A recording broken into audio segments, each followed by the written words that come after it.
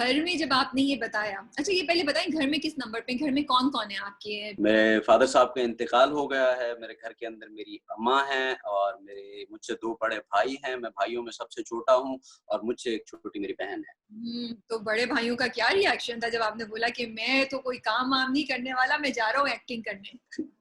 मेरे भाई मेरे साथ बहुत फ्रेंडली हैं और हमारा बिल्कुल फ्रेंडली माहौल है एक दूसरे के साथ, तो वो बहुत ज्यादा सपोर्टिव थे और अम्मा भी बहुत सपोर्टिव थी। जो मुझे मेन ऑब्जेक्शन मिला था वो अब्बू की तरफ से मिला था। अच्छा। लेकिन उसके बाद फिर मैं अब्बू का लाडला था क्योंकि छोटा-छोटा बेटा था, तो फिर मैंने उन्हें भी किसी तरह कन्विंस कर ही लिया था। अच्छा चले ये तो डिप्लोमेटिक हो गया ना। अब असल बात बताएं कि कितने जूते पड़े थे जब पहली बार अनाउंस किया?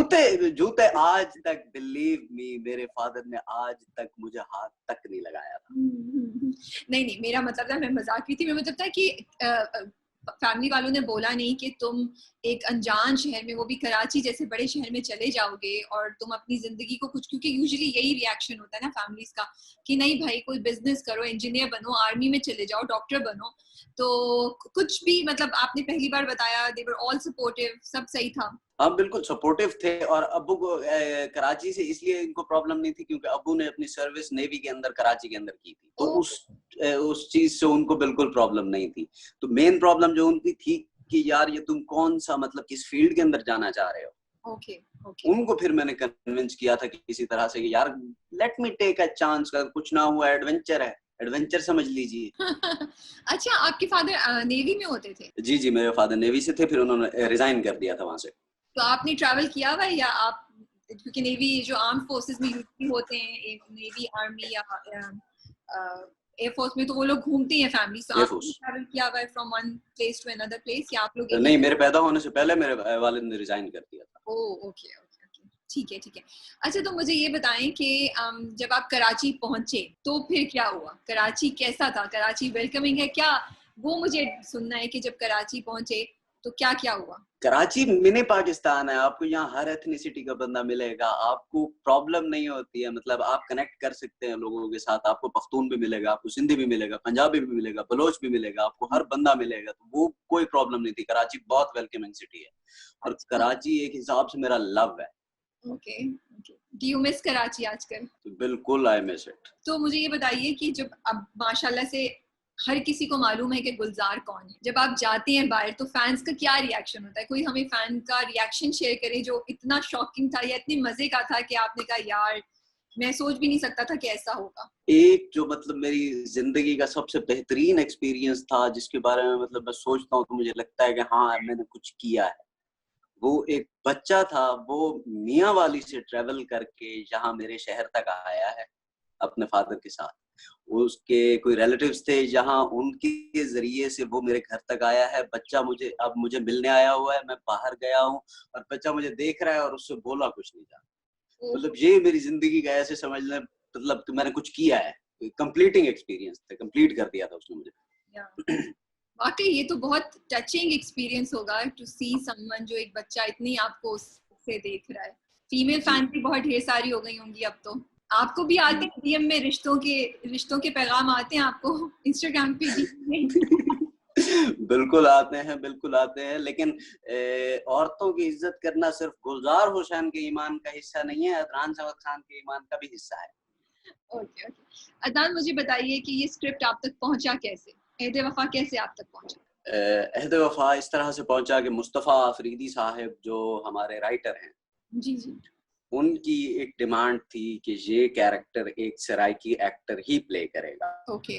तो उन्होंने ऑडिशंस वगैरह लिए, ऑडिशंस के अंदर उन्हें कोई पसंद नहीं आया, तो मेरे एक दोस्त के थ्रू, जो हम के अंदर आर्ट डायरेक्टर के तौर पे भी काम करते हैं और वो फ्रीलांसिंग वगैरह भी करते हैं, उनके थ्रू ये स्क्रिप्ट मेरे पास आया और मैंने एक ऑडिशन टेप बना के भेजा था जिसकी बेस पे ऊपर मेरी सिलेक्शन हुई थी। तो उस कैरेक्टर को लेने से पहले आपने अदनान ये नहीं सोचा कि ये this is not one of the main characters, मुझे करना चाहिए या नहीं करना चाहिए?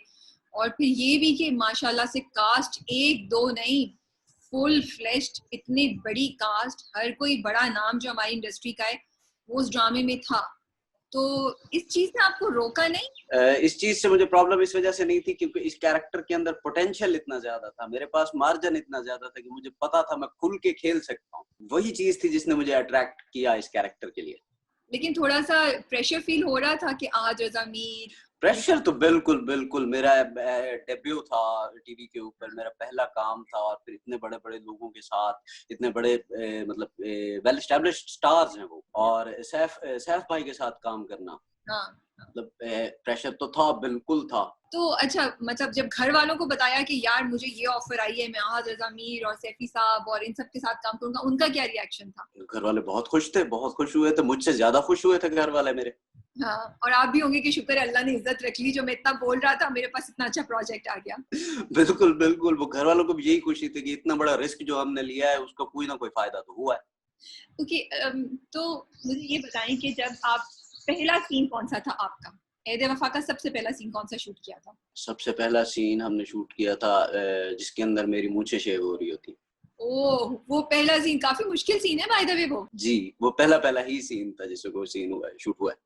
हाँ, और आहत से आप कब मिले पहली बार? जब मिले तो कैसा था आहत से मिले? आहत के साथ भी मैं उसी वक्त ही मिला था पहली बार सेट के ऊपर। ओके, ओके, वो बिकॉज़ आए थे और फिर हमारा वो सीन शूट हुआ था। क्योंकि आपकी और आहत की जो बॉन्डिंग और केमिस्ट्री थी वो बहुत जबरदस्त थी, बहुत जी। नेचुरल फ्लो कर रही थी। सो कुछ आप लोगों ने उससे पहले सेशंस किए थे, एक दूसरे के साथ चाय कॉफी पे गए या नहीं? शूट पे ही डायरेक्टली मिले और वहीं से एक बॉन्ड हो गया? अगर आप देखें, गुलजार और साद की जो दोस्ती है वो भी वहीं से शुरू होती है और अदनान और आहत की दोस्ती भी वहीं से शुरू होती है, तो वो दोनों दोस्तियां उसी तरह ही टाइम लेके चली हैं। Okay, okay, Adnan, I have to give you credit for this. मेरा नहीं ख्याल कि बहुत ज्यादा नए एक्टर्स इतनी कंफर्टेबली इतनी बड़ी कास्ट के साथ ऐसा रोल लेंगे, but you took the chance and माशाल्लाह से it paid of. You know thank you. Script में क्या ऐसी चीज थी जो आपको सबसे ज्यादा अट्रैक्ट की, जिसपे आपने सोचा कि मुझे तो ये रोल करना ही करना है? जो सबसे ज्यादा प्यारी चीज थी उस कैरेक्टर की वो था उसका आर्क, कि जिस वक्त वो स्टार्ट होता है, he is a nobody from Taunsa Sharif, उसके लहजे के अंदर एक्सेंट आता है, उसको पता नहीं है कि मैंने कैसे डील करना है, और उसके बावजूद फिर जिस वक्त आप उसको देखते हैं एंड के अंदर, तो ही is a completely changed confident man. वो चीज थी कि मैंने कहा कि यार ये मैंने करना है, I want to show it step by step. कभी आपने सोचा था जिस वक्त आपने वो स्क्रिप्ट पकड़ा और जब आप कर भी रहे थे, आपने, आपके दिमाग में ये था कि मैं, मतलब जो लोग आपके साथ काम कर रहे हैं, अहद रज़ा मीर, उस्मान खालिद भट्ट, वो तो एक बड़े नाम ऑलरेडी हैं, आपने सोचा था कि आप भी बराबर के इतने मशहूर हो जाएंगे और हर जगह मीम्स बन रही होंगी, हर जगह ट्वीट्स हो रही होंगी गुलजार पे? ये कभी सोचा था जब स्क्रिप्ट हाथ में आया था? नहीं, बिल्कुल नहीं, उस वक्त मैंने बिल्कुल नहीं सोचा था।